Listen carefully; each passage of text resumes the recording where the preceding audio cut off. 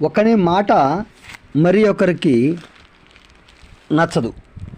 ఒకరి మాట కొంతమందికి నచ్చుతుంది, కొంతమందికి నచ్చదు అనేది వాస్తవం. అయితే ఆత్మ సంబంధమైనటువంటి ప్రతి మనిషి కూడా ఎదుటివారు మాట్లాడేటువంటి ప్రతి మాటను లోతైన అవగాహనతో అర్థం చేసుకోగలిగితే అక్కడ ఎటువంటి ప్రపంచాలు, స్వార్థాలు, అపార్థాలు సహజంగా రాకుండా ఉంటాయి అనేది అనేక మంది గ్రహించలేకపోతున్నటువంటి నేటి నిజం. అవునంటారా కాదంటారా అండి?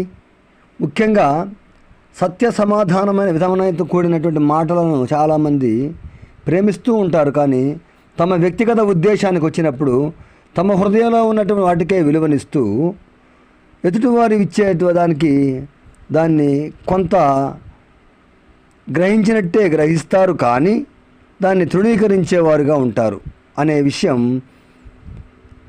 తన హృదయానికి అర్థం చేసుకోకుండా మాట్లాడుతూ ఉంటారు, గ్రహిస్తూ ఉంటారు, అర్థం చేసుకుంటూ ఉంటారు.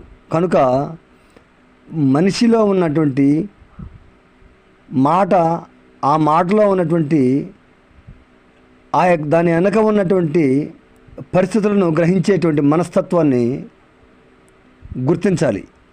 అలా గుర్తించినంతకాలం కూడా మనుషుల్లో నిజమైన ఐక్యత, నిజమైన ప్రేమ, నిజమైన అనుబంధం, నిజమైన ఆనందం, నిజమైన సహవాసంతో కూడినటువంటి పద్ధతులు కొనసాగకుండా ఉంటాయి. అప్పుడే ఈ యొక్క లోకానికి నిజమైన ప్రేమలు నశిస్తున్నాయని మనం అర్థం చేసుకుంటాము. కానీ అవి అర్థం చేసుకునే మనసు అటు వారికి ఉండాలి కదా, అలా ఉండటానికి ప్రయత్నం చేయాలి కదా. అలా ప్రయత్నం చేసి కొంత క్రియారూపకంగా ప్రకటించాలి కదా, క్రియారూపకంగా గ్రహించే మనసును కనిపెట్టాలి కదా. అప్పుడే కదా మానవత్వానికి నిదర్శనం.